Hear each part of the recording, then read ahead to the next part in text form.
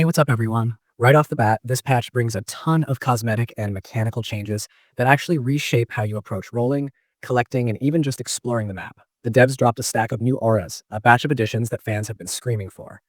And they also snuck in some behind the scenes balance adjustments that make potion play and drop rates feel different from what a lot of people are used to. Walking through the good stuff first, the new auras are the headline for obvious reasons. These are eye candy and status symbols rolled together, and the update reportedly added a dozen or so fresh designs that vary from approachable rares to some of those rarities that make you feel like you've won the lottery when they pop up. Beyond the aesthetics, several of the auras are tied to event mechanics and limited roulettes, meaning some of them are only obtainable through specific event tickets or quest lines introduced in the same patch. That makes rolling feel more strategic than just blindly clicking. If you want a particular aura, you'll be paying attention to which roulettes and quest threads are active. Another big change that I think will affect the day-to-day is the bank upgrade system and NPC remodels the devs pushed in. Bank upgrades now have new tiers, which changes how players prioritize storage and currency management. If you were the type to hoard potions or materials, you might notice the space and convenience benefits right away. The NPCs got some love too. Some of them have remodeled appearances and expanded dialogue trees, and a few carry quest lines that hand out meaningful rewards, like limited edition auras or unique gear. These narrative bits feel small at first, but end up being a reliable way to chase content without relying solely on RNG. On the systems side, there's a fairly detailed event roulette structure that the community documented. The patch added 3 tiers of event roulettes with different ticket rarities and drop probabilities, and some truly limited rewards are gated behind the rarer tickets.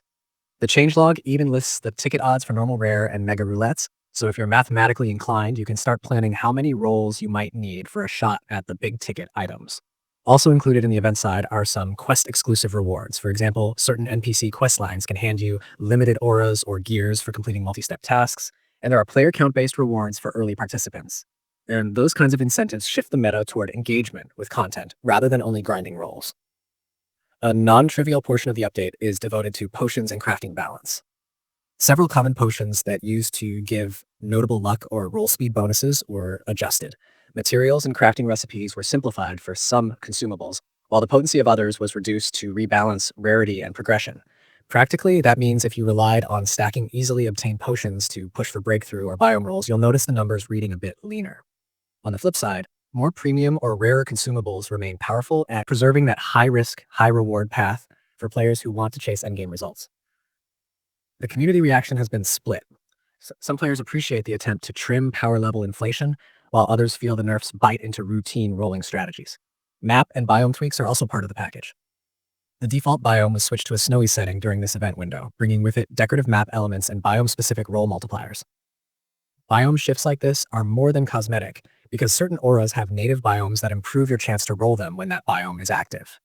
When the snowy biome is the default, you'll see those native snow auras get nudges in rarity, while others become harder to obtain.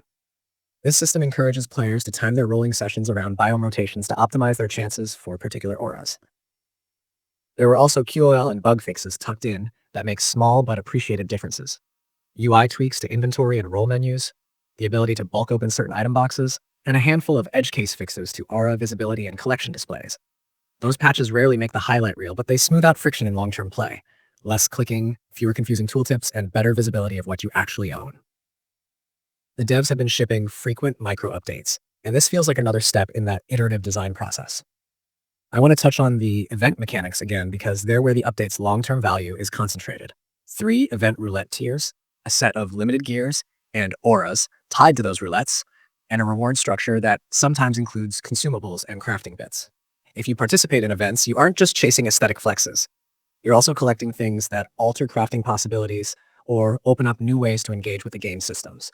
Some rewards are time-limited or exclusive to early players, and notes suggest that certain early player allocations were planned, which creates that urgency for people who enjoy being first through the doors.